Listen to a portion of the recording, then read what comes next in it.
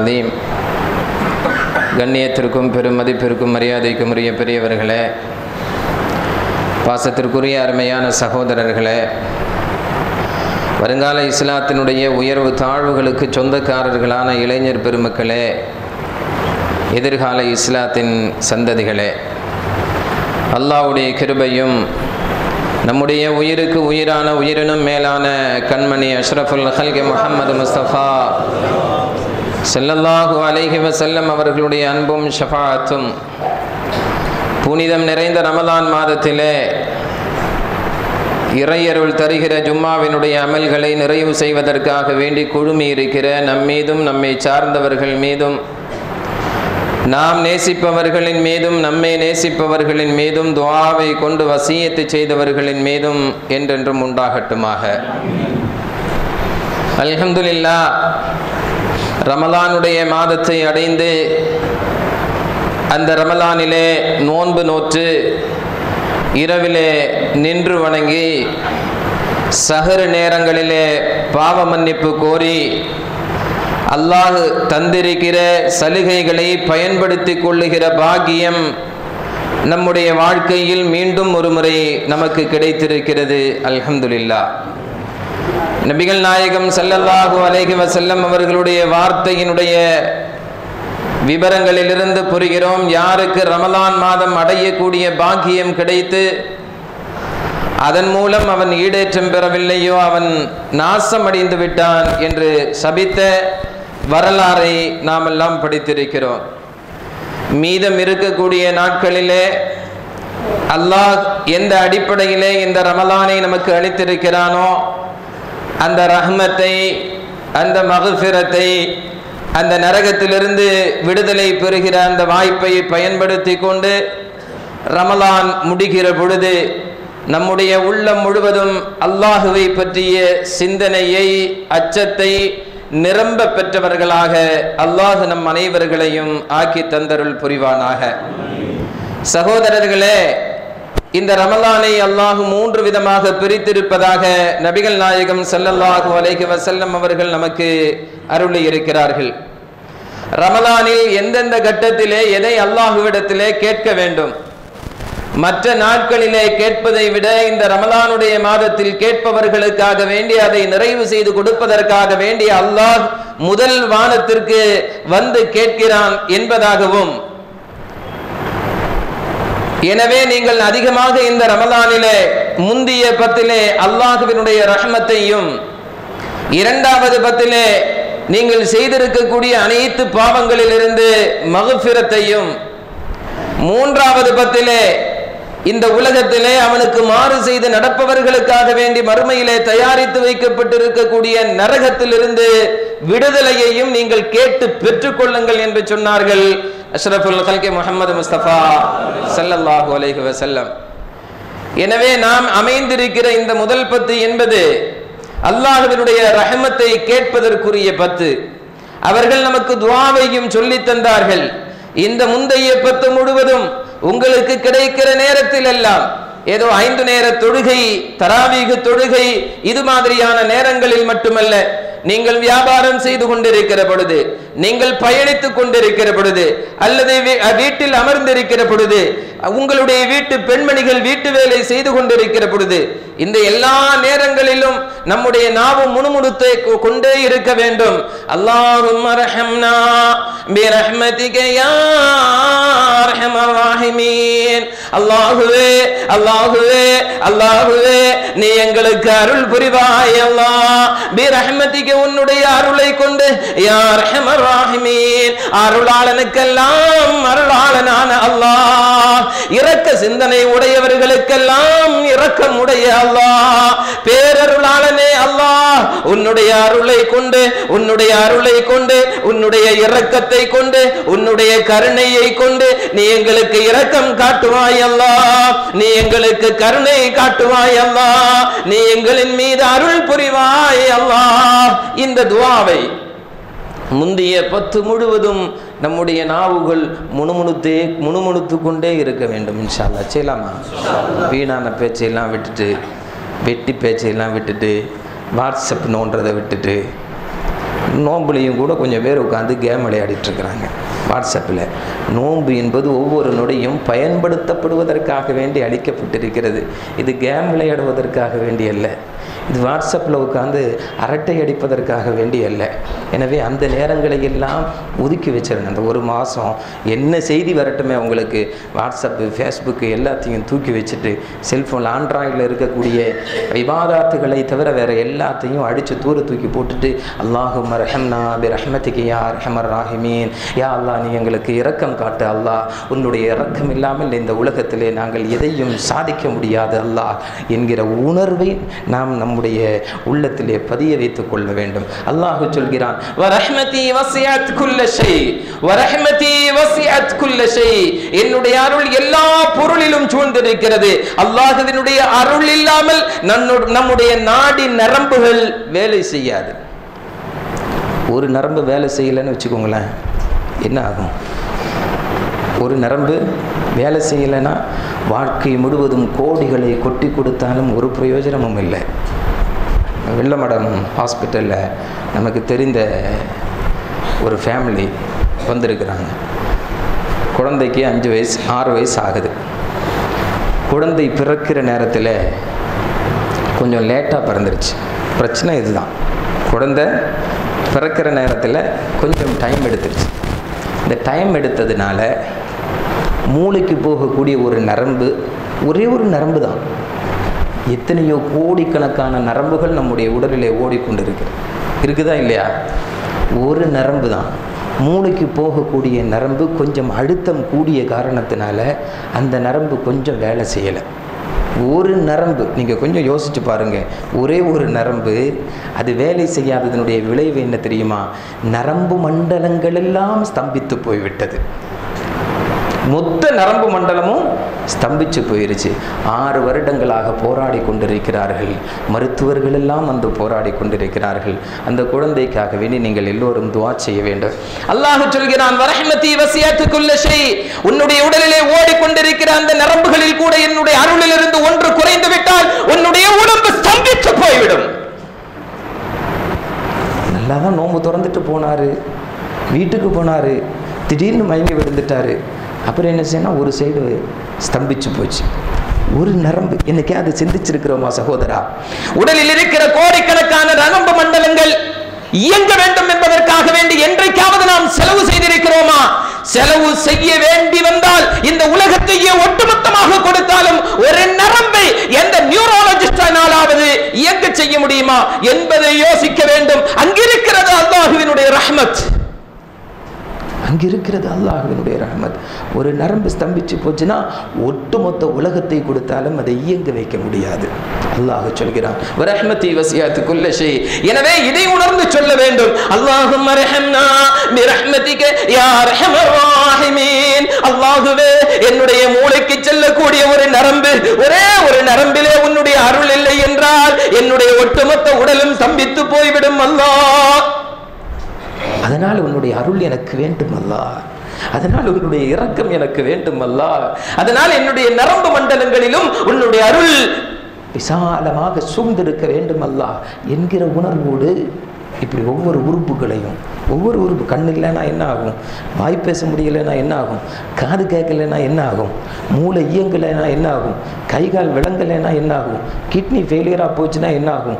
Liver, bladder, உடலில் இருக்கக்கூடிய அத்துணை உறுப்புகளிலும் அல்லாஹ்வினுடைய ரஹ்மத்து சூடவில்லை என்று சொன்னால் நம்ம எவ்வளவு கோடிகள் வச்சிருந்தாலும் ஒரு நேரம் மூச்சு விடுறதுக்கு, ஒரு பெரிய கோடீஸ்வரனாக இருக்கட்டும், அனில் அம்பானியாகவே இருக்கட்டும், அல்லது முகேஷ் அம்பானியாகவே இருக்கட்டும், மூச்சு நின்று போனதுக்கு பின்னால் ஒரு தடவை மூச்சை இயங்க வைப்பதற்கு அவர்களுடைய அத்துணை சொத்துக்களை கொடுத்தாலும் இயங்க வைக்க முடியுமா?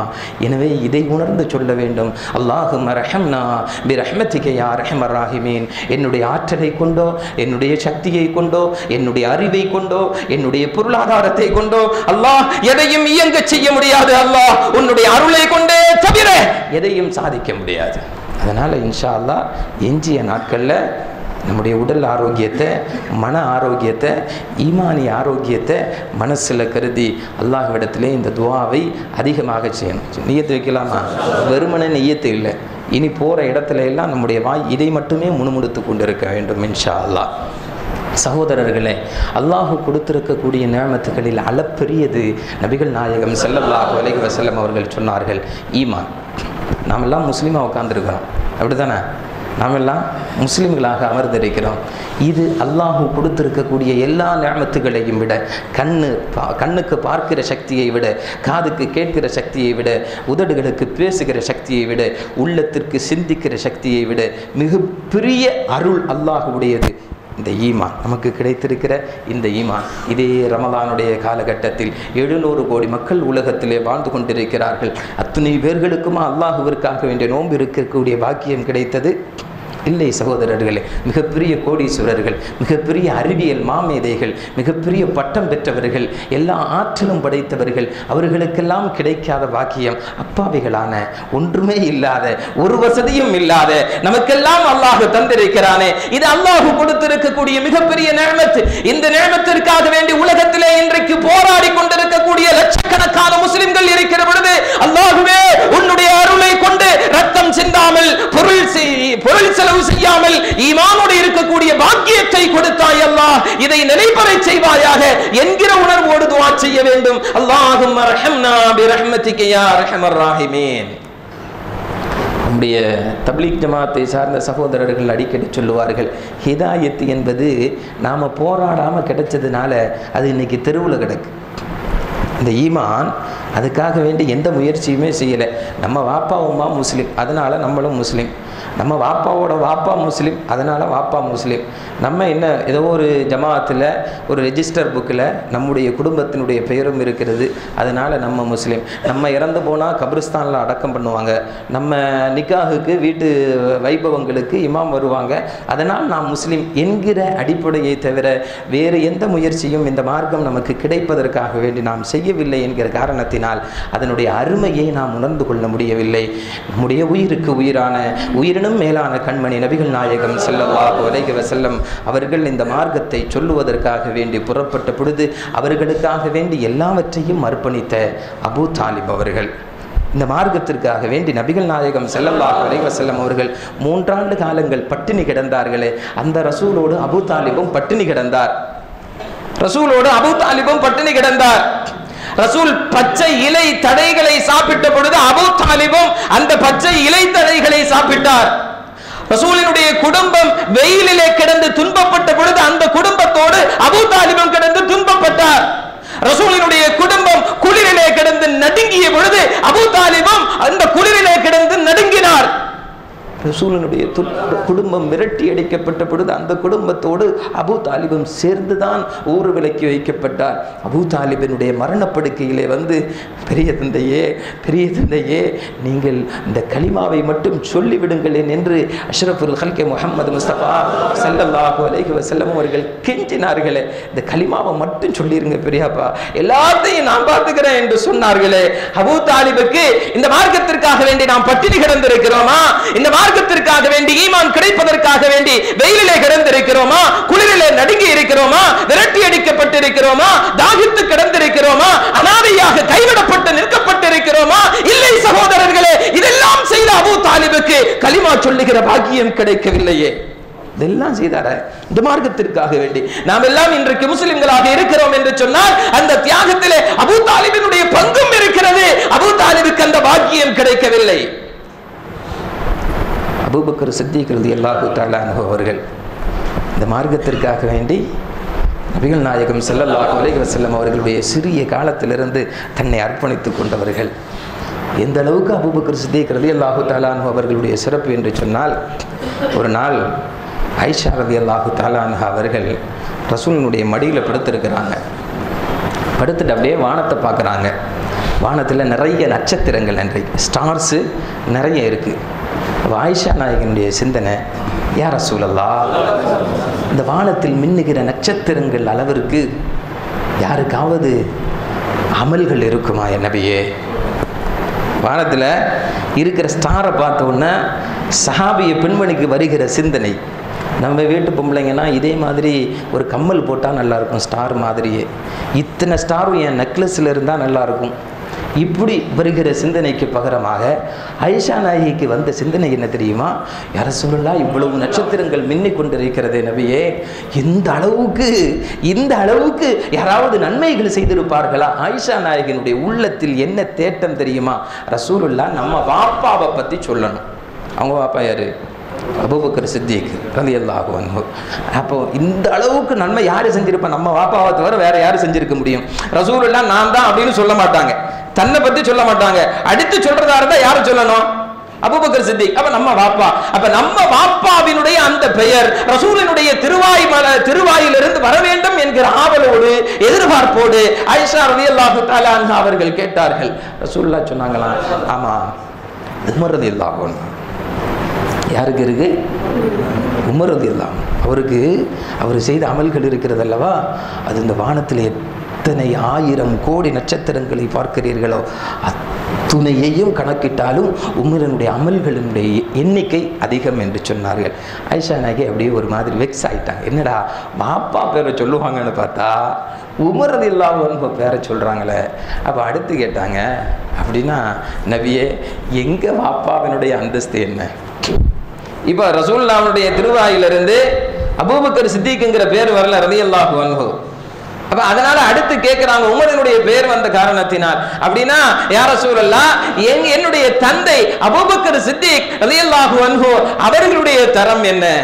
அப்பொழுது சொன்னார்கள் நபிகள் நாயகம் ஸல்லல்லாஹு அலைஹி வஸல்லம், உமரினுடைய ஒட்டுமொத்த அமல்களை சேகரித்தாலும் அபூபக்கர் சித்திக் ரலியல்லாஹு தஆலா அன்ஹு அவர்களுடைய வாழ்க்கையில் செய்த ஒரே ஒரு நட்சத்திரத்தின் அளவிற்கு ஈடாகாது என்றார்கள். வானத்தில் மின்னுகிற அத்துணை நட்சத்திரங்களும் உமருக்கு சொந்தம் என்று சொன்னால் அபூபக்கருடைய வாழ்க்கையில் இருக்கிற ஒரே ஒரு நட்சத்திரத்தின் அந்தஸ்து உமரினுடைய வாழ்க்கையில் இருக்கிற அத்துணை நட்சத்திரங்களுக்கும் கிடையாது என்று சொன்னால் அபூபக்கர் சித்திக் ரலியல்லாஹு தஆலா அன்ஹு அவர்களுடைய அந்தஸ்தை, தரத்தை நம்மால் கற்பனை செய்ய முடியவில்லை. சுப்ஹானல்லாஹ் என்று அப்படியே ஆயிஷா நாயகி அவர்கள் புல்லரித்து போனார்கள். தன்னுடைய தந்தையினுடைய மறுமையினுடைய அந்தஸ்தை எண்ணி, உலகத்தினுடைய அந்தஸ்தை எண்ணி அல்ல. தன்னுடைய தந்தை எவ்வளவு சம்பாதித்தார், எவ்வளவு சேகரித்தார், எவ்வளவு பேரோடும் புகழோடும் வாழ்ந்தார், எதையெல்லாம் சாதித்தார் என்பதல்ல, மறுமையிலே என்னுடைய தந்தையினுடைய அந்தஸ்து என்ன என்பதை தெரிந்து கொண்டதிலே ஆயிஷா ரலியல்லாஹு தஆலா அன்ஹா அவர்களுக்கு மிகப்பெரிய சந்தோஷம். அந்த அபூபக்கர் சித்திக் ரலியல்லாஹு தஆலா அன்ஹு அவர்களுக்கு ஒரு வருத்தம், ரசூலுல்லாஹ்வோட சுஹபத்து கிடைச்சது, ஹிஜ்ரத்து போகக்கூடிய வாய்ப்பு கிடைச்சிது. ஹிஜ்ரத்துக்கு போகிற நேரத்தில் கூட அபூபக்கர் சித்திக் ரலியல்லாஹு தஆலா அன்ஹு அவர்கள் அப்படியே சோகமாக நின்னாங்க. ஏன்னா ரசூலுல்லாஹ் போக போகிறாங்க மக்காவை விட்டு. நம்ம அந்த ரசூலுக்காக வேண்டி கல்லடிபட்டு, சொல்லடிபட்டு, அடிபட்டு, மிதிபட்டு எல்லாவற்றையும் பொறுத்து கொண்டிருந்த நம்முடைய நிலைமை என்ன? எல்லாத்தையும் தயாரித்து வச்சுட்டு ரசூலுல்லாஹி ஸல்லல்லாஹு அலைஹி வஸல்லம் ஒட்டகத்தில் ஏறின உடனே அபூபக்கர் சித்திக்கு அப்படியே பணிவாக நின்று ரொம்ப அப்பாவியா, அவங்கள வரலாற்றில் வருது, அவங்கள பார்க்கறதுக்கே ரொம்ப பரிதாபமாக இருந்துச்சு. ஒரு நண்பன், ரொம்ப டீப்பாக இருக்கிற ஒரு நண்பன் வெளிநாட்டுக்கு சம்பாதிக்க போகிற நேரத்தில் கூட நம்முடைய மனசில் ஒரு வேதனை, ஒரு வருத்தம் ஏற்படும் அல்லவா? உயிருக்கு உயிரான, உயிரினும் மேலான கண்மணி நபிகள் நாயகம் ஸல்லல்லாஹு அலைஹி வஸல்லம் அவர்கள் மக்காவை விட்டு மதீனாவுக்கு போகிற பொழுது எப்படி இருக்கும்? ஒரு நண்பனுடைய, ஒரு தோழனுடைய, ஒரு உற்ற தோழனுடைய உள்ளம் எப்படி இருக்கும்? அப்படியே அமைதியாக நின்றுட்டு சொல்லாட்ட கேட்டாங்களா, யார சொல்லலாம், நம்ம நட்பு சுஹபத், சுஹபத் யா ரசூலுல்லாஹ், ஒரே ஒரு வார்த்தை அவர்களுக்கு வரவில்லை. நபியே, நம்முடைய நட்பு இருக்கிறதே நபியே, இந்த சுஹபத் இருக்கிறதே நபியே என்று சொன்னவுடன் அஷ்ரஃபுல் ஹல்கி முஹம்மது முஸ்தபா ஸல்லல்லாஹு அலைஹி வஸல்லம் அவர்கள் சொன்னார்கள், அஸ்ஸுஹபத் மஅனா, நட்பு நம்முடனேயே மதீனாவிற்கு வருகிறது என்று சொன்னவுடன் தான் அஸ்மாவை பற்றி கவலை இல்லை, ஆயிஷாவை பற்றி கவலை இல்லை, அப்துல் ரஹ்மானை பற்றி கவலை இல்லை. இதெல்லாம் அபூபக்கர் சித்திக் ரலியல்லாஹு தஆலா அன்ஹு அவர்களுடைய மக்கள், அதை பற்றி எல்லாம் அவர்கள் கவலைப்படவில்லை. யா ரசூலல்லாஹ், உங்களோடு மதீனாவிற்கு பயணிக்கிற பாக்கியம் இந்த நட்புக்கு கிடைக்காதா என்று ஏங்கிக் கொண்டிருந்தேன் நபியே, எனக்கு அந்த பாக்கியம் கிடைத்து விட்டதல்லவா என்று ரசூலோடு பயணித்த அபூபக்கர் சித்திக் ரலியல்லாஹு தஆலா அன்ஹு அவர்கள் பின்னால் தன்னுடைய மகளை அஷ்ரஃபுல் ஹல்கி முஹம்மது முஸ்தபா ஸல்லல்லாஹு அலைஹி வஸல்லம் அவர்களுக்கு திருமணம் செய்து கொடுக்கக்கூடிய பாக்கியத்தை பெற்ற அபூபக்கர் சித்திக் ரலியல்லாஹு தஆலா அன்ஹு அவர்கள் இந்த உலகத்தில் அவ்வளவு மன் சத்தக அபூபக்கர், என்னுடைய உலகத்தில் முதலிலே என்னை உண்மைப்படுத்தியதும் சித்திக் தான். அவ்வளவு மன் ஜப்பஜனி அபூபக்கர், எனக்கு முதலாக திருமணம் செய்து கொடுத்ததும் அபூபக்கர் தான். இன்ஷா அல்லாஹ் சுவர்க்கத்திலும் என்னுடைய நண்பர் அபூபக்கர் தான் என்றெல்லாம் அஷ்ரஃபுல் ஹல்கி முஹம்மது முஸ்தபா ஸல்லல்லாஹு அலைஹி வஸல்லம் அவர்களால் சுப செய்தி சொல்லப்பட்ட அபூபக்கர் சித்திக் ரலியல்லாஹு தஆலா அன்ஹு அவர்களுக்கு ஒரு வருத்தம் என்ன தெரியுமா? அபூபக்கர் சித்திக், நான் ஏற்கனவே சொல்லியிருக்கிறேன், முதல்ல கலிமா சொல்லி 2 நாளில் மக்காவில் இருக்கக்கூடிய மிக முக்கியமான விஐபிக்களை இஸ்லாத்திற்கு கொண்டு வந்தார்கள். அபூபக்கர் சித்திக் ரலியல்லாஹு அன்ஹு, உஸ்மான் பின் அஃபான் ரலியல்லாஹு தஆலா அன்ஹுவுக்கு இஸ்லாத்தை சொல்லிக் கொடுத்தது யாரு தான்? அபூபக்கர் சித்திக் ரலியல்லாஹு அன்ஹு. 2 நாள்ல 5 விஐபிக்களை கொண்டு வந்தாங்க. அதுவரையிலும் பிலாலை போன்று, அம்மாரை போன்று, யாசரை போன்று, சுமையா ரலியல்லாஹு தஆலா அன்ஹா அவர்களை போன்று, ஹதீஜா ரலியல்லாஹு தஆலா அன்ஹா அவர்களை தவிர, அலி ரலியல்லாஹு தஆலா அன்ஹு அவர்களை தவிர வேறெல்லாம் அடிமைகள். ஆனால் மிக முக்கியமான விஐபிக்களை கொண்டு வந்த அபூபக்கர் சித்திக் ரலியல்லாஹு தஆலா அன்ஹு அவர்களுக்கு தன்னை ஈன்றெடுத்த தன்னுடைய தகப்பன் அபூ குஹாஃபாவிற்கு இஸ்லாத்தை சொல்லி சொல்லி சொல்லி சொல்லி புரிய வைக்க முடியவில்லை. அவர் முஸ்லிம் ஆகவில்லை என்கிற வருத்தம் நீண்ட நாள் கழிக்கிறது. இஸ்லாம் மிக வேகமாக பரவி இஸ்லாம் ஜெயித்து விட்டது. இந்த நேரத்தில் ஒரு நாள் ஓடி வருகிறார்கள் அபூபக்கர் சித்திக் ரலியல்லாஹு தஆலா அன்ஹு அவர்கள். யா ரசூலல்லாஹ், யா ரசூலல்லாஹ், என்னுடைய தந்தை இந்த கலிமாவை சொல்வதற்கு சம்மதித்து விட்டார் நபியே என்கிற சந்தோஷ வார்த்தையோடு வருகிறார்கள். தன்னுடைய தந்தையையும் அழைத்துக் கொண்டு வருகிறார்கள் ரசூலினுடைய சன்னிதானத்திற்கு. ரசூலுல்லாஹி ஸல்லல்லாஹு அலைஹி வஸல்லம் அவர்கள் அபூபக்கர் சித்திக் ரலியல்லாஹு தஆலா அன்ஹு அவர்களிடத்திலே சொன்னார்கள், சித்திகே, நீங்கள் சொன்னால் நான் வீட்டிற்கு வந்திருப்பேனே.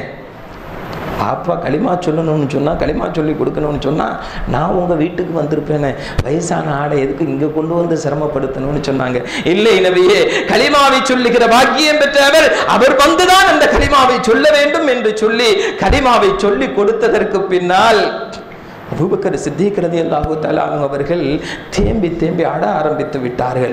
ரசூலுல்லாஹ் கேட்டாங்க, சித்திக்கு சந்தோஷப்படுற தருணம் அல்லவா இந்த உலகத்தில் எல்லா விதமான பாக்கியத்தையும் பெற்றிருக்கிற நீங்கள், உங்களுக்கு இருக்கிற ஒரே வருத்தம் உங்களுடைய தந்தை கலிமா சொல்லவில்லை என்பது மட்டும்தானே, அதுவும் நிகழ்ந்து விட்டது, இப்பொழுது எதற்காக வேண்டி அழ வேண்டும் சித்திக்கே, இது சந்தோஷமான தருணம் அல்லவா என்று சொன்ன பொழுது அபூபக்கர் சித்திக் ரலியல்லாஹு தஆலா அன்ஹு அவர்கள் பின்னால ரொம்ப வருஷத்துக்கு பின்னால சொன்னாங்க, யா ரசூலல்லாஹ், என்னுடைய தந்தை கலிமா சொல்லிட்டாங்க, என்னுடைய தந்தை கலிமா சொல்லிட்டாங்க. யா ரசூலல்லாஹ், நான் இப்பொழுது அபூ தாலிபை நினைத்து பார்க்கிறேன் நபியே.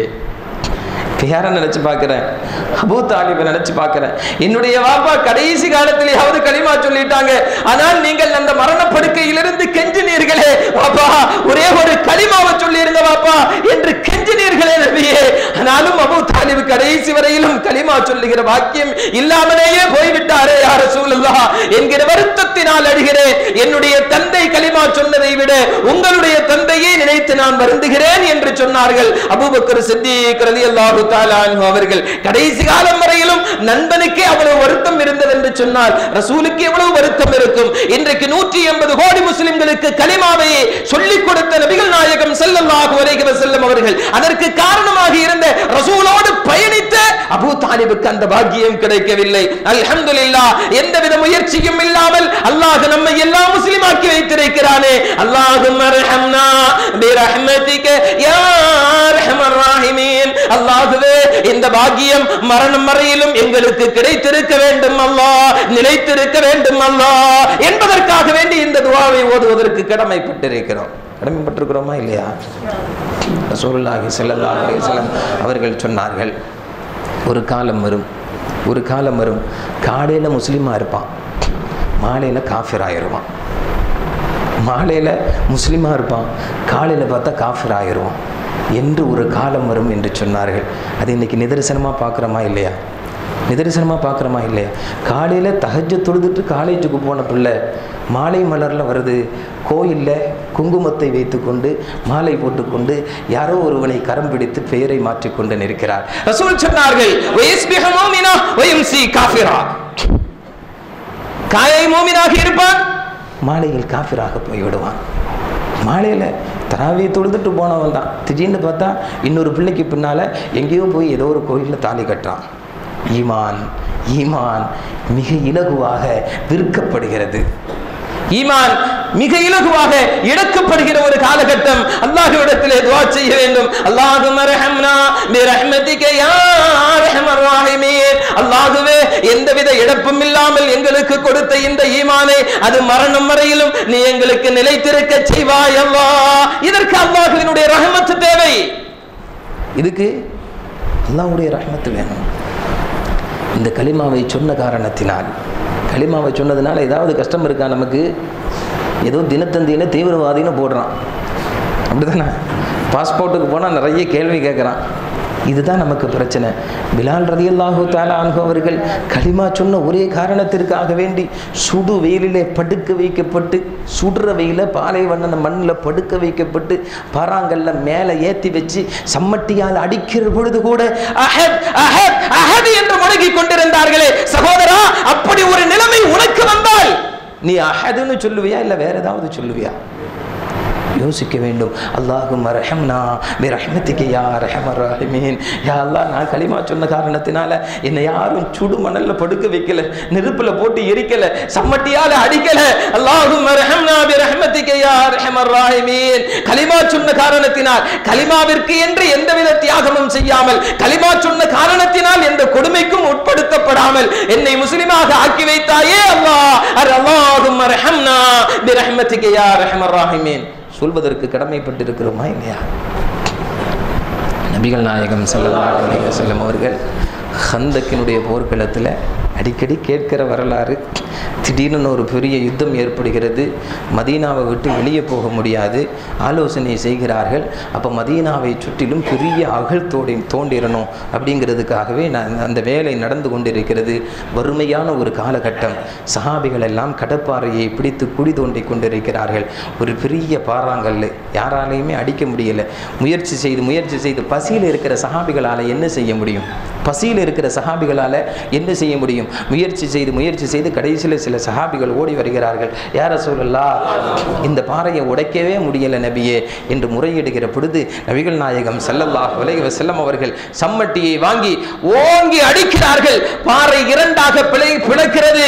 அவர்கள் சொன்னார்கள், ஹாதா கன்சு கைசர், இதுதான் கைசரனுடைய பொருளாதாரம், கஜானா நமக்காக வேண்டி திறந்து வைக்கப்பட்டிருக்கிறது என்று 20 ஆண்டுகளுக்கு பின்னால் முஸ்லிம் சமூகம் எப்படிப்பட்ட வெற்றியை பெறும் என்கிற சுப செய்தியையும் அந்த நேரத்திலே சொல்லிவிட்டு அந்த பாறைகளை உடைத்தார்கள். உடைச்சதுக்கு பின்னால் சஹாபிகள் நினச்சிட்டாங்க, ரசூலுல்லாஹ் ரொம்ப ஆரோக்கியமாக இருக்காங்க போல தெரியுது.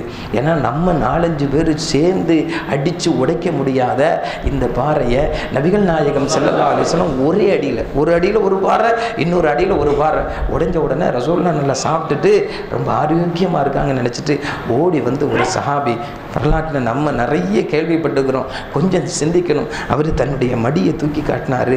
பசியில் சில பேருக்கு வயிறு ஒட்டி போயிருக்கும் இல்லையா? பசி சாப்பிடாம வயிறு அப்படியே ஒட்டி போயிருக்கும். இப்படி நிமிர்ந்து நிற்க முடியவில்லை, நிமிர்ந்து நிற்க முடியலை. அதனால் வயிற்றிலே பாறாங்கல்லை வைத்து கட்டி இருந்தார். அதை தூக்கி காட்டினார், மடியை தூக்கி. யா ரசூலல்லாஹ், பசி நபியே, சாப்பிட்டு 2-3 நாள் ஆச்சு நபியே, எங்களால் சாப்பாடு இல்லாமல் உடைக்க முடியலை, கடப்பாறையை பிடிக்க முடியலை, சம்மட்டியை தூக்க முடியலை என்று நபிகள் நாயகம் ஸல்லல்லாஹு அலைஹி வஸல்லம் அவர்களிடத்தில் சில சஹாபிகள் வந்து மடியை தூக்கி காட்டி அழுத பொழுது, கதறிய பொழுது, தன்னுடைய பிரச்சனைகளை முறையிட்ட பொழுது நபிகள் நாயகம் ஸல்லல்லாஹு அலைஹி வஸல்லம் அவர்களால் பதில் சொல்ல முடியவில்லை. அன்றைக்கு மதீனாவிலே பொருளாதாரம் இல்லாத ஒரு காலகட்டம். எந்த சஹாபியினுடைய வீட்டிலும் ஒரு துண்டு பேரித்தம்பழம் கூட இல்லாத ஒரு காலகட்டம். நபிகள் நாயகம் ஸல்லல்லாஹு அலைஹி வஸல்லம் அவர்கள் பதில் சொல்ல முடியாத அந்த நேரத்திலே வரலாற்றிலே நாம் நிறைய கேள்விப்பட்டிருக்கிறோம், நிறைய பயான்களிலே கேள்விப்பட்டிருக்கிறோம். தன்னுடைய மடியை தூக்கி காட்டினார்கள். ரசூலினுடைய மடியிலே 2 பாறாங்கற்கள். அந்த சஹாபி தன்னுடைய பசியை நினைத்து அழுததை விட ரசூலினுடைய நிலைமையை நினைத்து அழுது போனார். யா ரசூலல்லாஹ், நாங்கள் பசியோடு வந்து உங்களிடத்திலே முறையிடுகிற பொழுது எங்களை விட நீங்கள் பசித்திருக்கிறீர்கள் நபியே. எங்களுடைய பசி எல்லாம் ஒரு கல்லின் அளவிற்கு என்று சொன்னால் உங்களுடைய பசி 2 கல்லின் அளவிற்கு இருக்கிறது என்று அழுத வரலாற்றை படிக்கிற சகோதரா, இன்றைக்கு நோன்பு வைத்துக் கொண்டு உன்னால் கல்லூரிக்கு செல்வது கடினம், நோன்பு வைத்துக் கொண்டு பள்ளிக்கூடத்திற்கு செல்வது கடினம், நோன்பு வைத்துக் கொண்டு வேலைக்கு செல்வது கடினம், நோன்பு வைத்துக் கொண்டு வீட்டில் சும்மா இருப்பது கடினம் என்று சொன்னால், பசித்திருந்து பசியை தாங்க முடியாமல், நிமிர்ந்து நிற்க முடியாமல், இந்த மார்க்கத்தை பாதுகாப்பதற்காக, இந்த ஈமானை பாதுகாப்பதற்காக, கலாச்சார பள்ளியிலே நாம் எல்லாம் முஸ்லிம்களாக இருப்பதற்காக, நம்முடைய உயிருக்கு உயிரான உயிரினும் மேலான கண்மணி அஷ்ரஃபுல் ஹல்கி முஹம்மது முஸ்தபா ஸல்லல்லாஹு அலைஹி வஸல்லம் அவர்கள் பாறாங்கல்லை கட்டி கொண்டு வந்து பாதுகாப்பாக கொடுத்த இந்த ஈமானுக்காக வேண்டி பசித்திருக்கவில்லையே சகோதரானி, தாகித்திருக்கவில்லையே சகோதரானி, அடிபடவில்லையே சகோதரானி, ரத்தம் சிந்தவில்லையே சகோதரானி, இதெல்லாம் செய்யாமல் அல்லாஹ் இந்த மார்க்கத்தை கொடுத்து அதிலே நிலைபெறச் செய்திருக்கிறானே. அல்லாஹும்ம ரஹம்னா பிரஹ்மதிக யா அர்ஹமர் ராஹிமீன். சொல்லணுமா வேண்டாமா? இது எந்தவித சிரமமும் இல்லாமல் உட்கார்ந்துருக்கிறோமா இல்லையா? அதனால தான் நம்ம சரியா தொழுகிறது இல்லை. நோன்பு காலத்தில் நிறைந்திருக்கிற பள்ளிவாசல்கள் நோன்புக்கு பின்னால் காலியாக இருக்கிறது என்று சொன்னால் இந்த உணர்வு நமக்கு இல்லை.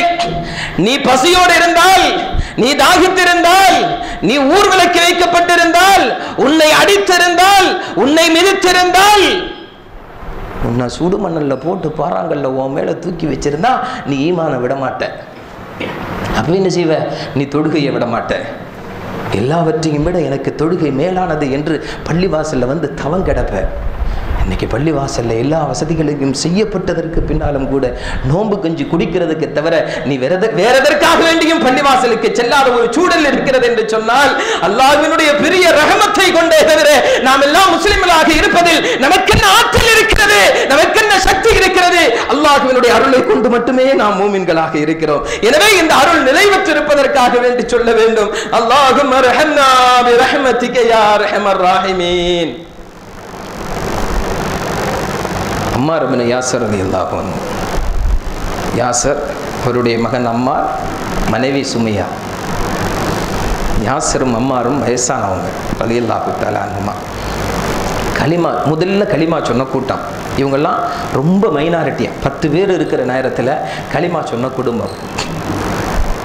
அபூஜஹல் இவங்களுக்கெல்லாம் ரொம்ப ஆத்திரம். வெளியூர்லேருந்து வந்து உட்காந்துக்கிட்டு களிமாவை சொல்லிக்கிட்டு ரசூலினுடைய அவர் சொல்கிறதையெல்லாம் கேட்டுட்டு அவருக்கு பின்னால் போயிட்டுருக்காங்களே அப்படிங்கிற ஆத்திரம். அதனால் அடிக்க ஆரம்பித்தாங்க, கொடுமைப்படுத்த ஆரம்பித்தார்கள். மிக கொடூரமாக வேதனைப்படுத்தப்பட்டார்கள். நபிகள் நாயகம் ஸல்லல்லாஹு அலைஹி வஸல்லம் அவர்கள் இந்த குடும்பத்தை கடந்து செல்கிற பொழுதெல்லாம் வருத்தத்தோடு கடந்து செல்வார்கள். இஸ்பிர் யா ஆல யாசிர், ஆசிரின் குடும்பமே, யாசிரின் குடும்பமே, கொஞ்ச நாள் பொறுமையா இருங்க, கொஞ்ச நாள் இந்த வேதனை எல்லாம் பொறுத்து கொள்ளுங்கள் என்று ஆறுதல் சொல்வதை தவிர நபிகள் நாயகம் ஸல்லல்லாஹு அலைஹி வஸல்லம் அவர்களுக்கு வேறு எதையுமே செய்ய முடியவில்லை. நீண்ட காலம் இது தொடர்ந்து கொண்டிருந்தது. அபூபக்கர் சித்திக் ரலியல்லாஹு தஆலா அன்ஹு அவர்கள்தான் இப்படிப்பட்ட நிறைய வேதனைப்படுத்தப்பட்டவர்களை எல்லாம் விலை கொடுத்து வாங்கி விடுவித்தார்கள். ஒரு நாள் யாசரும் மனைவி சுமையா ஏறத்தாழ 70 வயதிற்கும் மேல் இருக்கும் அந்த மூதாட்டியை போட்டு அடின்னு அடிக்கிறான். யாரு? அபூஜஹல், உத்துபா ஷைபா. ஒரு வயசான உம்மாவை பாலைவன மண்ணில் போட்டு சாட்டையால் அடிச்சா என்ன ஆயிருக்கும்? சகோதரா, உன் மனைவிக்கு அந்த நிலைமை வந்திருக்கிறதா? உன் உம்மாவுக்கு அந்த நிலைமை வந்திருக்கிறதா? உன் பாட்டிக்கு அந்த நிலைமை வந்திருக்கிறதா என்றால் இந்த கலிமாவை சொன்னதற்காக, எந்த கலிமாவை நாம் சொல்லுகிறோமோ, லா இலாஹ இல்லல்லாஹ் முஹம்மதுர் ரசூலுல்லாஹ் என்ற கலிமாவை சொன்னதற்காக 70 வயது மூதாட்டி நடு பாலைவனம் மணலிலே வைத்து மக்கள் எல்லாம் குழுமி இருக்கிற பொழுது மிக கொடூரமாக வதைக்கப்படுகிறார்கள். அப்பொழுதும் அந்த பெண்மணி கலிமாவை விடுவதாக இல்லை. கடைசியில் அபூஜஹல் ரொம்ப கோபம் வந்துருச்சு. என்ன ஒரு பொம்பளை, ஒரு வயசானவா இவ்வளவு அடிக்கும் போதும் அல்லாஹ் அல்லான்னு கத்துறாள அப்படின்னு சொல்லி ஒரு அம்பை எடுத்து நேர அவர்களுடைய மர்ம உறுப்புல வச்சு குத்தி ஷஹீதாக்கிட்டோம். இந்த மார்க்கத்திற்காக வேண்டி முதலில் உயிர் கொடுத்தது ஆணல்ல, சுமையா ரலியல்லாஹு தஆலா அன்ஹா அவர்கள் என்கிற ஒரு பெண்மணி வரலாற்றிலே பார்க்கிறோம். எதற்காக? இந்த மார்க்கத்திற்காக, இந்த கலிமாவிற்காக. நீ முஸ்லிமாக இருந்து கொண்டு தொழாமல் இருக்கிறாயே, நீ முஸ்லிமாக இருந்து கொண்டு ரமலானில் நோன்பு வைக்காமல் இருக்கிறாயே, நீ முஸ்லிமாக இருந்து கொண்டு இரவு நேரத்திலே பள்ளிவாசலிலே தொழுகை நடக்கிற பொழுது பள்ளிவாசலை சுற்றி இருந்து கொண்டு அரட்டை அடித்துக் கொண்டிருக்கிறாயே, அந்த ஈமானுக்காக வேண்டி உயிர் கொடுத்த பெண்மணி சுமையா ரலியல்லாஹு அன்ஹா. மகன் அம்மாரு பக்கத்திலிருந்து பார்த்துட்டு இருக்கிறார், கட்டி வச்சிருக்கிறாங்க. ஒரு குடும்பத்தையே கொடுமைப்படுத்துகிறது அந்த கூட்டம். அடுத்து வந்தாங்க பாப்பாட்ட, யாசர்ட்ட அடி அடின்னு அடிக்கிறாங்க. அவர் மனைவியை கண் முன்னால் மிக கொடூரமாக படுகொலை செய்யப்பட்டு கிடக்கிற ஜனாசாவை பார்த்ததற்கு பின்னாலும் கூட சகோதரா யாசருக்கு கலிமாவை விடக்கூடிய மனம் எண்ணம் இல்லவே இல்லை. முடியாதுனாரு, என்ன வேணாலும் செய்யுங்க, என் மனைவியை கொன்னது மாதிரி என்ன கொன்னுருங்க, என்னால் இந்த மார்க்கத்தை விட முடியாது என்று அவர்களிடத்தில் கெஞ்சினார், கதறினார். முடியவே முடியாது என்று மறுத்தார். மிக கொடூரமாக தாக்கப்பட்டு ரத்தம் ஒழுகி கொண்டிருக்கிறது. எங்கேயாவது கன்னியாகுமரி மாவட்டத்திலேயோ தமிழகத்திலேயோ இந்த மாதிரி நிலைமை யாருக்காவது வந்ததுண்டா? ஒரு வேளை வடநாட்டிலே நடந்திருக்கும், வடநாட்டில் நடந்திருக்கும். நமக்கு அப்படி நடக்கல. நடக்காததுனால தான் நம்ம தொழுகிறது இல்லை. நடக்காததுனால தான் நம்ம நோன்பு காலத்தில் கூட தம் அடிச்சுட்டு சினிமா பார்த்துட்டு சீட்டு விளையாடிட்டு முஸ்லிம் சமூகம் நடந்து கொண்டிருக்கிறது. யாசருக்கு ரத்தம் ஒடுக்குகிறது. அவர் கேட்டார், கொஞ்சம் தண்ணி, கொஞ்சம் தண்ணி. அல்மா அல்மா என்று சக்கராத்தினுடைய நேரத்தில் கிடந்து கதறுகிறார். ஒரு உம்மா ஷஹீதாகி கிடக்கிறாங்க. ஒரு வாப்பா உயிருக்கு போராடிட்டு இருக்கிறாரு. பக்கத்தில் கட்டி வைக்கப்பட்டிருக்கிற மகனுடைய நிலைமை எப்படி இருக்கும்? அம்மா சொன்னார், பூஜைகிட்ட கொஞ்சம் அனுமதி கொடுங்களேன், கெட்ட அவுத்து விடுங்களேன், எங்க வாப்பாவுக்கு கடைசியா ஒரு சொட்டு தண்ணீர் கொடுத்துக்கிறேன் என்று கெஞ்சினார். பூஜைகளை சொன்னா, பாப்பாவுக்கு தண்ணி கொடுக்கணுமா? கேலியா சொன்னா, பாப்பாவுக்கு தண்ணி கொடுக்கணுமோ அப்படின்னா முகம்மதை மறுத்துட்டேன்னு சொல்லி சொன்னாரு. அது மட்டும் முடியாது. ஒரு பாச போராட்டம். தன்னுடைய உயிரும் போக போகிறது, தாயினுடைய உயிர் போயிடுச்சு, தந்தையினுடைய உயிர் போக போகிறது, என்ன செய்வது என்றெல்லாம் யோசிக்கவில்லை. அந்த வார்த்தையை மட்டும் என்னால் சொல்ல முடியாது, குஃப்ரினுடைய வார்த்தையை மட்டும் என்னால் சொல்ல முடியாது என்று மறுத்து விட்டார். அப்படின்னா நீ உன்னால தண்ணி கொடுக்க முடியாது. அவனும் மறுத்துட்டான். தந்தையினுடைய கதறல் சப்தம் அதிகரிக்கிறது. அல்மா அல்மா, தண்ணீர் தண்ணீர் என்ற சக்கராத்தினுடைய நேரத்திலே கதறுகிற யாசருடைய கதறலை பார்த்து மீண்டும் அம்மா கேட்டார், கொஞ்சம் தண்ணி கொடுத்திருக்கிறேன், எங்க பாப்பாவுக்கு கொஞ்சம் தண்ணி கொடுத்துக்கிறேன், குஃப்ரினுடைய வார்த்தையை சொல்லுவியா? நீ ஒன்றும் சொல்ல வேண்டாம், முகம்மதை மறுத்துட்டேன்னு மட்டும் சொல்லலாம். முடியாதுன்னாரு. மீண்டும் கதறல் கேட்கிறது. அவரால் பொறுக்க முடியலை, அம்மாறனால பொறுக்க முடியலை. சரி, கடைசி கட்டத்தில் பாப்பாவுக்கு கொஞ்சம் தண்ணி கொடுத்துருவோங்கிறதுக்காக வேண்டி அம்மாவை கூப்பிட்டு சொன்னார், சரிப்பா என்னப்பா சொல்லணும், நீ முகம்மதை மறுத்துட்டேன்னு சொல்லு. சரி நான் வேணா சொல்கிறேன்னு சொல்லி தந்தைக்காக வேண்டி கொஞ்சம் தண்ணீரை எடுத்து கொண்டு போய் யாசர் ரலியல்லாஹு தஆலா அன்ஹு அவர்களுடைய வாயிலே ஊற்றுகிற பொழுது யாசர் ரலியல்லாஹு தஆலா அன்ஹு அவர்கள் சக்கராத்தினுடைய அந்த நேரத்தில் தன்னுடைய கையால் ஓங்கி தட்டிவிட்டு சொன்னார், ஓங்கி தட்டிவிட்டு சொன்னார், என்னருமை இஸ்லாமிய பெரியவர்களே, நம்முடைய உள்ளத்தில் இந்த மார்க்கத்திற்கு இருக்கிற மரியாதை என்ன என்பதை நாம் கொஞ்சம் யோசிக்க வேண்டும். மகன் கொண்டு வருகிற தண்ணீரை தட்டிவிட்டு விட்டு சொன்னார், குஃப்ரினுடைய வார்த்தையை சொன்ன ஒருவனுடைய கரத்தில் இருந்து ஒரு மிடர் தண்ணீர் குடிப்பதை விட நான் அல்லாஹ்வினுடைய சுவர்க்கத்தினுடைய நீரை குடிப்பதிலே நான் ஆனந்தம் அடைகிறேன் என்று சொல்லி ஷஹீதாகி போனார் என்கிற வரலாறு நாமெல்லாம் படித்திருக்கிறோமே, கேட்டிருக்கிறோமே. அப்படி ஒரு மகனுடைய கையில் இருந்து தண்ணீர் குடிப்பதை கூட நான் விரும்பவில்லை என்று தண்ணீர் குடிக்காமலேயே ஷஹீதாகி போனார். அம்மாரினுடைய நிலைமை ரொம்ப பரிதாபம். உம்மாவும் ஷஹீதாயிட்டாங்க, பாப்பாவும் ஷஹீதாயிட்டாங்க. நம்மளோ குஃப்ரினுடைய வார்த்தையை சொல்லிவிட்டோம் என்று தன்னுடைய தலையிலே மண்ணள்ளி போட்டுக்கொண்டு பைத்தியக்காரத்தனமாக அங்கும் இங்கும் ஓடுகிறார். அம்மார் நாசமாகி விட்டான், அம்மார் நாசமாகி விட்டான் என்று தனக்குத்தானே புலம்பி ஓடி இந்த செய்தி ரசூலுக்கு வருகிறது. அம்மாரினுடைய விஷயமாக ஜிப்ரீல் அலைஹிஸ்ஸலாத்து வஸ்ஸலாம் அவர்கள் வந்து அவர் வெறுமனை வாயினால் தான் சொன்னார், உள்ளத்தால் சொல்லவில்லை.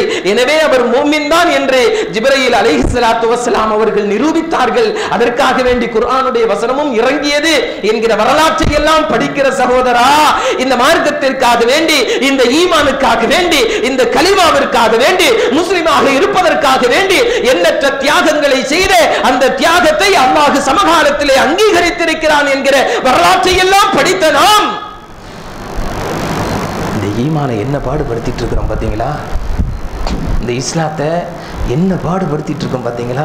கொஞ்சம் யோசிக்க வேண்டும் சகோதரர்களே. எனவே அதிகம் ஓத வேண்டும். அல்லாஹும்ம ரஹம்னா பிரஹ்மதிக யா அர்ஹமர் ராஹிமீன். அல்லாஹ்வே அது மாதிரியான சிரமங்கள் எல்லாம் இல்லாமல் நீ எங்களுக்கு இந்த மார்க்கத்திலே நிலையாக இருக்கக்கூடிய பாக்கியத்தை கொடுத்தாயே, இதை நிலைபெறச் செய்வாய் அல்லாஹ். எங்களுடைய குடும்பத்திலும் இதை நிலைபெறச் செய்வாய் அல்லாஹ். எங்களுடைய மனைவி மக்களிடத்திலேயும் இதை நிலைபெறச் செய்வதற்கு உன்னுடைய அருள் வேண்டும் அல்லாஹ். அல்லாஹும்ம ரஹம்னா பிரஹ்மதிக யா அர்ஹமர் ராஹிமீன். இரவு நேரங்களிலே பள்ளிவாசல்களிலே தொழுகை நடந்து கொண்டிருக்கிறது. நம்முடைய வீட்டு பெண்மணிகள் ரமலானிலும் கூட டிவி சீரியலுக்கு முன்னால் அமர்ந்து கொண்டு வேடிக்கை பார்த்து கொண்டிருக்கிறார்கள். நம்முடைய இளைஞர்கள் கூட்டம் கூட்டமாக கூடி நின்று கும்மாளம் அடித்துக் கொண்டிருக்கிறார்கள். இதே சமகாலத்தில் தான், இதே உலகத்தில் தான், இதே பூமியில் தான், பலஸ்தீன் என்கிற புனித பூமியிலே ஒரே ஒரு சஜிதா செய்வதற்காக வேண்டி 2 வயது குழந்தை உட்பட போராடி கொண்டிருக்கிறது. சகோதரா, உனக்கு திரும்பிய பக்கமெல்லாம் பள்ளிவாசல், ஏசி வைத்து டைல்ஸ் பதித்து நோம்பு கஞ்சி கொடுக்கிற, டீ கொடுக்கிற, பிஸ்கட் கொடுக்கிற, உன்னை வரவேற்கிற ஒரு பெருங்கூட்டம் பள்ளிவாசலிலே காத்துக் கொண்டிருக்கிற பொழுது நீ பள்ளிவாசலுக்கு செல்லாமல் எங்கெல்லாமோ சுற்றிக் கொண்டிருக்கிறாய். இந்த ரமலானுடைய காலகட்டத்திலும் கூட அல்லாஹ்வினுடைய ரஹ்மத்தை இறங்குகிற இரவு நேரத்தில் கூட அல்லாஹ்வினுடைய லானத்தை பெற்று தருகிற எத்தனையோ காரியங்களை நம்முடைய குடும்பங்களோடு நாம் இருந்து செய்து கொண்டிருக்கிறோமே சகோதரா. இதே காலகட்டத்தில் பலஸ்தீனுடைய பைத்துல் முகத்தஸிலே நான் சுஜூது செய்தால் அல்லாஹ்வினுடைய பைத்துல் முகத்தஸிலே சுஜூது செய்வேன் என்பதற்காக வேண்டி 2 வயது குழந்தை உட்பட பெஞ்சமின் நெதன்யாகுவினுடைய ராணுவத்திற்கு எதிராக, அணுகுண்டுகளுக்கு எதிராக, பீரங்கி குண்டுகளுக்கு எதிராக, AK-47களுக்கு முன்னால் நிராயுதபாணிகளாக நின்று கொண்டு தரையிலே கிடக்கிற கல்லை எடுத்துக்கொண்டு பைத்துல் முகத்தஸிலே சுஜூது செய்வது அது என்னுடைய உரிமை. என்னுடைய நெற்றியை அந்த பள்ளிவாசலிலே அல்லாஹ்விற்கு முன்னால் பதிய வைக்க வேண்டும் என்பதற்காக வேண்டி போராடி வீழ்ந்து கொண்டிருக்கிற, ரத்தம் சிந்திக் கொண்டிருக்கிற, ஷஹீதாகி கொண்டிருக்கிற 2 வயது குழந்தையினுடைய படங்களை எல்லாம் பார்த்ததற்கு பின்னாலும் கூட என்னருமை சகோதரா, உன்னுடைய உள்ளத்தில் ஈமானுடைய வேட்கை இறங்கவில்லை என்று சொன்னால் என்னவென்று சொல்வது நம்முடைய நிலைமையை? 2 வயது குழந்தைகள் உட்பட தெரியும், போனா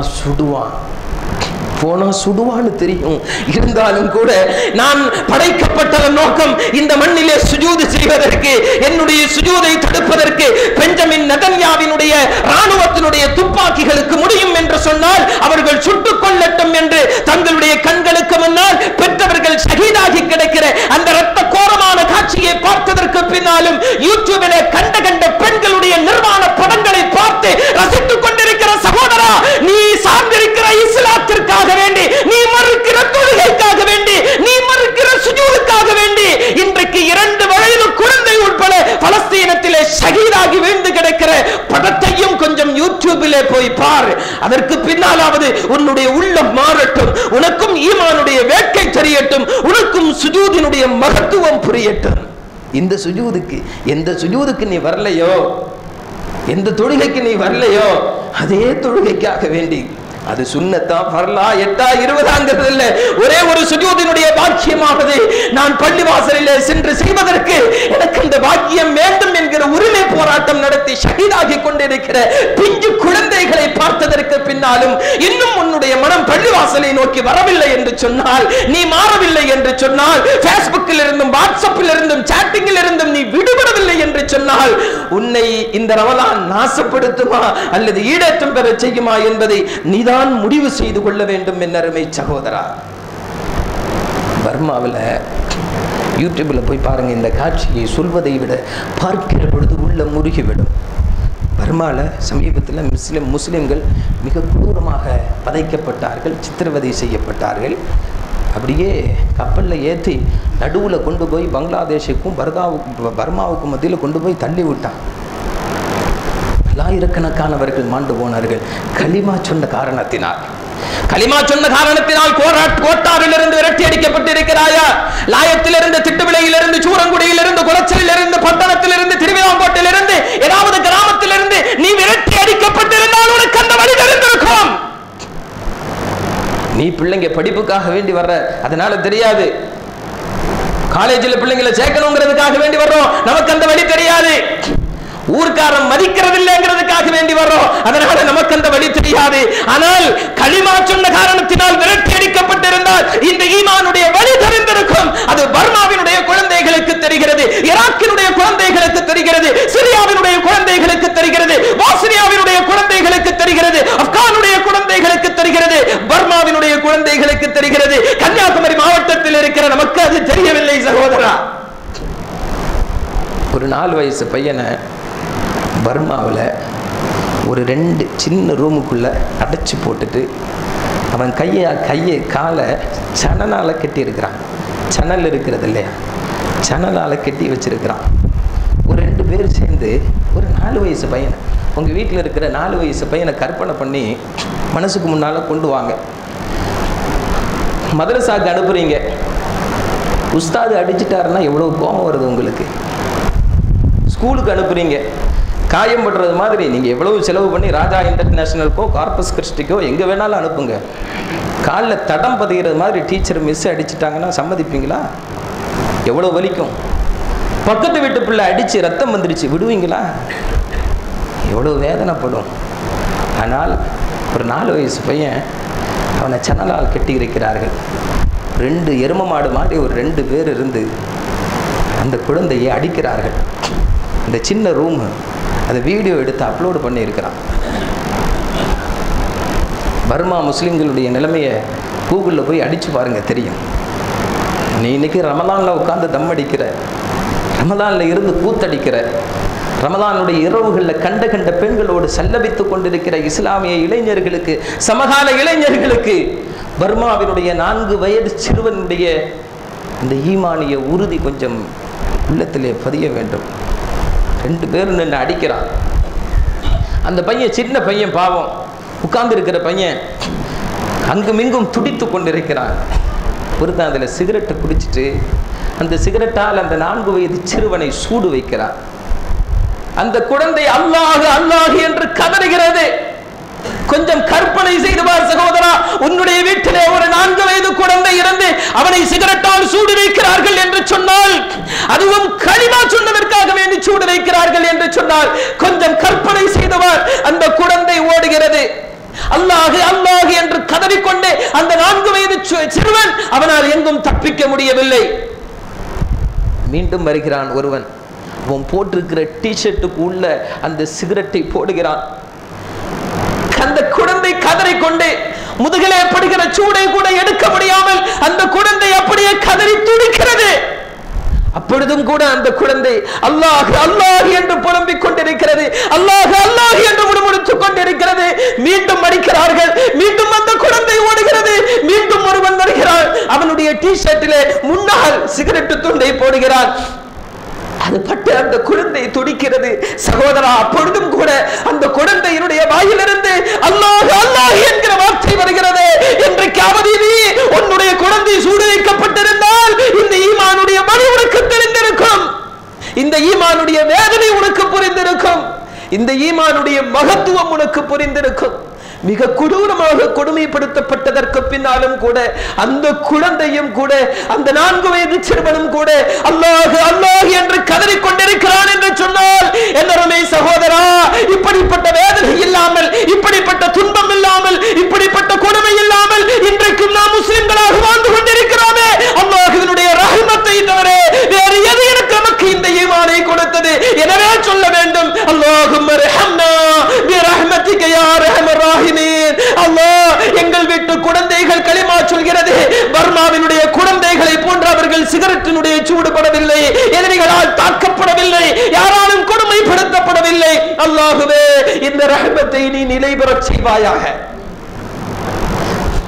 எனவே அல்லாஹும்ம ரஹம்னா பிரஹ்மதிக யா அர்ஹமர் ராஹிமீன் என்கிற துஆவை அதிகம் செய்து கொண்டால் இன்ஷா அல்லாஹ் நமக்கு கிடைத்திருக்கிற இந்த கலிமாவினுடைய பாக்கியம் அது நிரந்தரமாக இருப்பதற்கு வாய்ப்பாக இருக்கும் என்பதை உங்களுடைய மனதிலே ஆழ பதிய வைத்து கொண்டு கொஞ்சம் யோசித்து பாருங்கள், கொஞ்சம் சிந்தித்து பாருங்கள். இந்த ரமலானுடைய காலத்தை கூட நாம் வீணடித்து கொண்டிருக்கிற பொழுது, நோன்பு வைப்பதற்காக வேண்டி உலகத்திலே ஒரு கூட்டம் போராடி கொண்டிருக்கிறார்கள். நோன்பு வைப்பதற்கு தடை என்று சொன்னதற்கு பின்னாலும் கூட இல்லை, நாங்கள் நோன்பு வைத்துத்தான் தீருவோம் என்று போராடி கொண்டிருக்கக்கூடிய நூற்றுக்கணக்கான பெண்கள் இந்த சமூகத்தில் சூழல் இருக்கிற பொழுது ரமலானுடைய காலத்தில் நோன்பு வைக்காமல் இருக்கிற நாம் நம்மை என்னவென்று சொல்வது? இந்த ரமலானிலும் கூட ஒரு சுஜூதாவது நாங்கள் செய்ய வேண்டும் என்று போராடி கொண்டிருக்கிற குழந்தைகளுக்கு மத்தியில் நமக்கெல்லாம் வாய்ப்பு இருந்ததற்கு பின்னாலும் 1000 சுஜூதுகள் செய்யப்படக்கூடிய வாய்ப்புகள் இருந்ததற்கு பின்னாலும் சுஜூதுகளே செய்யாமல் ஊர் சுற்றி கொண்டு கேட்டால் 8 20 என்று விவாதித்துக் கொண்டு நேரங்களை வீணடித்துக் கொண்டிருக்கிற நம்மை என்ன சொல்வது? எனவே சகோதரர்களே, கொஞ்சம் மனம் மாறுங்கள், கொஞ்சம் யோசித்து பாருங்கள். இந்த ஈமான் இது மிக சிரமத்திற்கு பின்னால் நம்மிடத்திலே கொண்டு வந்து ஒப்படைக்கப்பட்டிருக்கிறது. இன்னும் இந்த ஈமான் இந்த கலிமாவை சொன்னதற்காக வேண்டி இன்றைக்கும் சமகாலத்திலே பல்லாயிரக்கணக்கான பல லட்சக்கணக்கான மக்கள் மிக கொடூரமாக சித்திரவதை செய்யப்பட்டு கொடுமைப்படுத்தப்பட்டு வதிக்கப்பட்டுக் கொண்டிருக்கிறார்கள். அவர்கள் எல்லாம் இந்த ஈமானை விடவில்லை. மரணிக்கிற பொழுது சமகாலத்திலே கலிமா சொல்லி மரணிக்கக்கூடிய 1000 வரலாற்று செய்திகளை சமகாலத்தில் பார்த்துக் கொண்டிருக்கிறோம். அதற்கு பின்னாலும் மனம் மாறவில்லை என்று சொன்னால் நம்ம தான் சபிச்சுக்கிடணும். நபிகள் நாயகம் ஸல்லல்லாஹு அலைஹி வஸல்லம் அவர்கள் சபித்தார்கள். அந்த சாபத்திலிருந்து விடுதலை பெற்றுக் கொள்ள வேண்டும். இன்ஷா அல்லாஹ் நியத்து வைக்கலாம். அல்லாஹ் ரப்புல் இஸ்ஸத் கிடைத்திருக்கிற இந்த பாக்கியத்தை, இந்த உன்னதமான இந்த கலிமாவை குடும்பத்தார்களுக்கும் எத்தி வைத்து கியாமத் நாள் வரையிலும் அது நீடித்திருக்கக்கூடிய ஒரு பாக்கியத்தை தந்தருள் புரிவானாக. அல்லாஹும்ம ரஹம்னா பிரஹ்மதிக யா அர்ஹமர் ராஹிமீன். அது நம்முடைய சக்தி அல்ல, அது நம்முடைய ஆற்றலிலே இருப்பதல்ல, அல்லாஹ்வினுடைய ரஹ்மத்தை கொண்டே தவிர வேறு ஏதாலும் இந்த கலிமா நம்மிடத்திலே நிலையாக இருக்காது. அல்லாஹும்ம ரஹம்னா பிரஹ்மதிக யா அர்ஹமர் ராஹிமீன். இன்ஷா அல்லாஹ் இன்னையிலிருந்து அடுத்த 10 வரைக்கும் ஒவ்வொரு நேரத்திலும் சும்மா சிரித்து பேசிட்டு ஜாலி அடிச்சுட்டு விளையாடிட்டுலாம் இருக்கலாமல் நம்முடைய மனசில் அப்படியே ஓடிட்டே இருக்கணும். அல்லாஹும்ம ரஹம்னா பிரஹ்மதிக யா அர்ஹமர் ராஹிமீன், அல்லாஹும்ம ரஹம்னா பிரஹ்மதிக யா அர்ஹமர் ராஹிமீன் செய்யலாமா? இன்ஷா அல்லாஹ். அல்லாஹ் ரப்புல் இஸ்ஸத் இந்த நோன்பின் மூலமாக ஈடேற்றம் பெற்ற நல்லடியார்களுடைய கூட்டத்தில் நம் அனைவர்களையும் சேர்த்து தந்தருள் புரிவானாக.